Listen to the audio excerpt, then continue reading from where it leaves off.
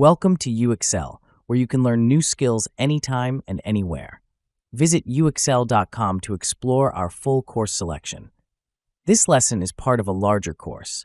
Check the video description below for a link to the full course where you can enroll. If you enjoy our content, please like and subscribe. For your convenience, the course cover displayed on your screen provides the complete course title and lesson title. Let's proceed with the lesson.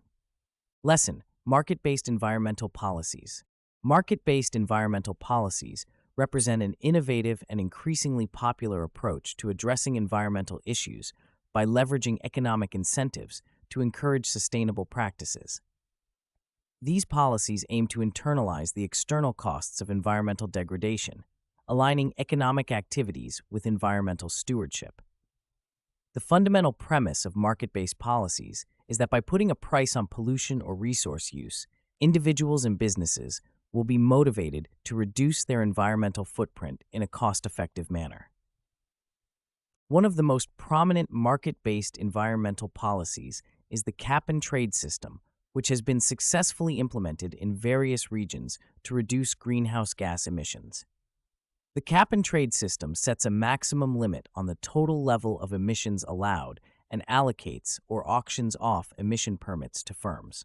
Companies that can reduce emissions at a lower cost can sell their excess permits to others, creating a financial incentive for all firms to minimize their emissions.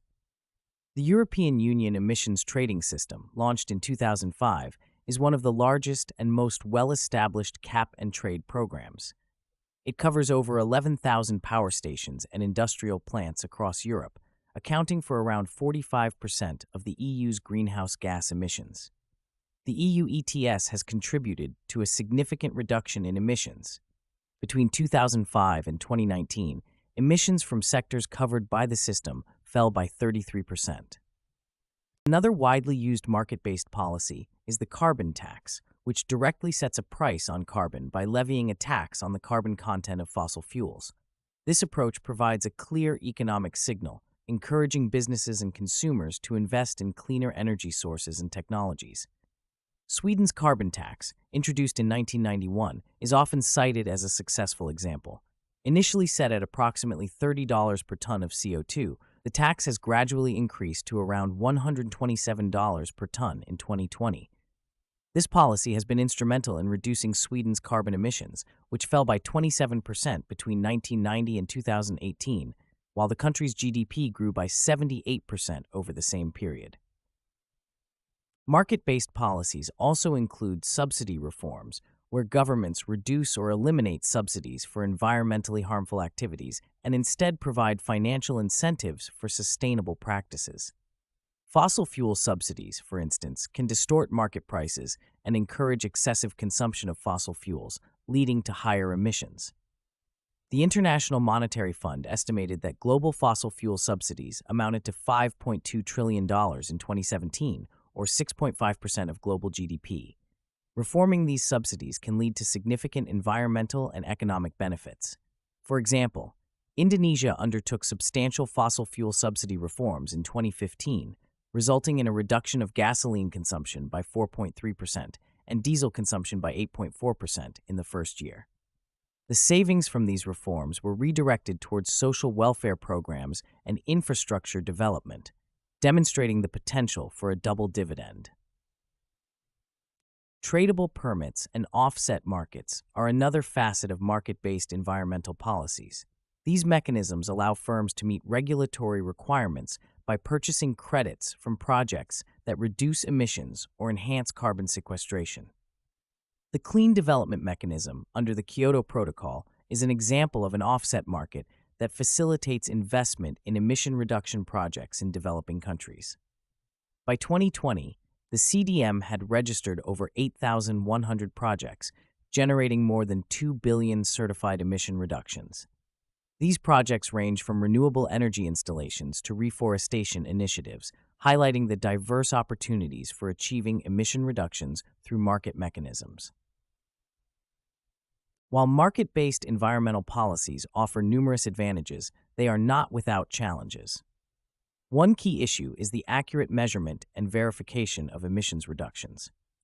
Ensuring that emission reductions are real additional, and permanent is critical to the integrity of market-based mechanisms. For instance, the effectiveness of carbon offset projects can be undermined by issues such as leakage, where emission reductions in one area lead to increased emissions elsewhere, and non-additionality, where projects would have occurred even without the financial incentive provided by the offset market. Additionally, market-based policies must be carefully designed to avoid unintended consequences and ensure equity. For example, a carbon tax can be regressive, disproportionately impacting lower-income households that spend a larger share of their income on energy. To address this, governments can implement measures such as revenue recycling, where tax revenues are redistributed to households or used to fund social programs. British Columbia's carbon tax, introduced in 2008, includes a revenue-neutral approach where all tax revenue is returned to taxpayers through reductions in other taxes and targeted rebates for low-income households.